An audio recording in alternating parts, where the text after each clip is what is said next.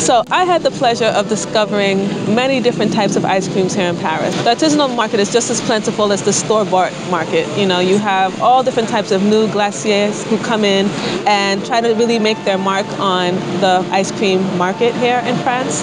You have all of the commercial people, you know, like the chain ice cream stores, but you also have individuals, new entrepreneurs who are trying to change the ice cream game, as it were. I am Belanale Mate, a branding aficionado who loves to discover new products. And in this series, we're going to take a look at how hot new brands are creating a name for themselves in a very traditional market. This is How to Brand Ice Cream in Paris. If you know anything about Paris, you know that Bertillon is the pinnacle of artisanal Parisian glass or ice cream.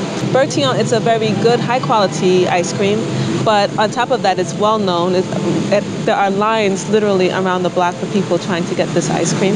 And also, it's not a very expensive artisanal ice cream. A normal scoop will cost you around between €2.50 and €3.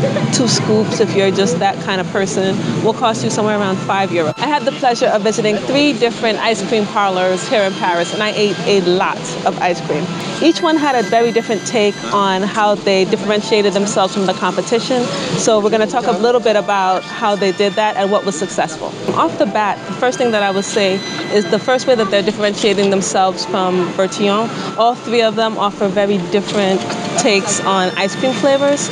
It runs the gamut in terms of, you have stuff that's vegan to like using different types of milks, not just, you know, the classical full fat milk.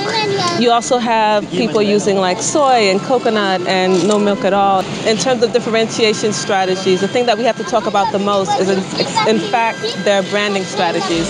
I noticed that each one decided to play on their strengths to really make themselves stand apart and to make themselves very attractive to their customer. For example, the glass is glazed. Their identity is a little bit more punk, a little bit more avant-garde, if you will.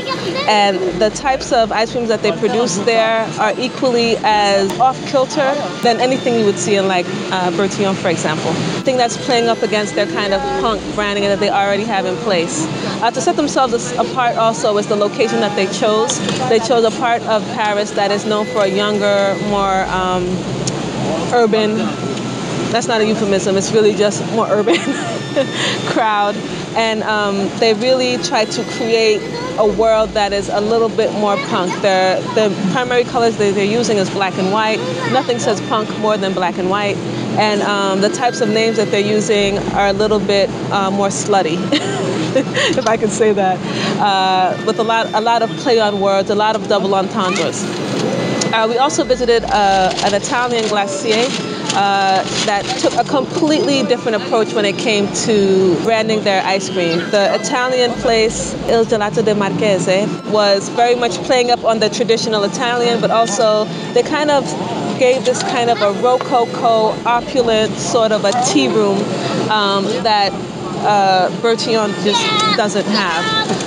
So they were more so playing up that type of look, making it more a luxurious undertaking, a much more luxurious experience when you go and you taste the ice creams. There's also like a place to sit in a sort of a tea room, sort of a Alice in Wonderland-esque sort of place.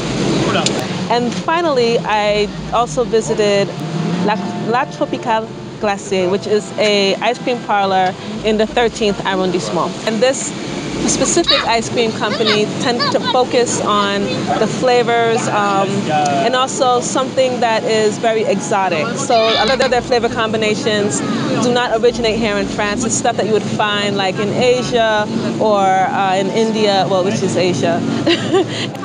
The thing is that it's very friendly, it's very approachable, and it's more so, you get the impression the minute you look at their branding, even the store branding, that it kind of evokes this sort of, I hate to say colonial, but in a way it does. You know, you have a lot of the greens, the oranges, everything's a little bit aged out. It looks like something from a bygone era, but like almost like something along the banana trade, and I think that's kind of what they were going for. The actual product itself, the ice creams, tend to follow suit. They tend to be very exotic with different flavor combinations, making things that no one, things using different spices you can't necessarily find here in Paris. All of these ice cream parlors put a lot of thought into the quality, and you could taste it in the ice cream. So if you're ever in Paris and have a hankering for something cold and sweet, you literally have a plethora of independent options. If it's with ice cream, that's the one, yeah.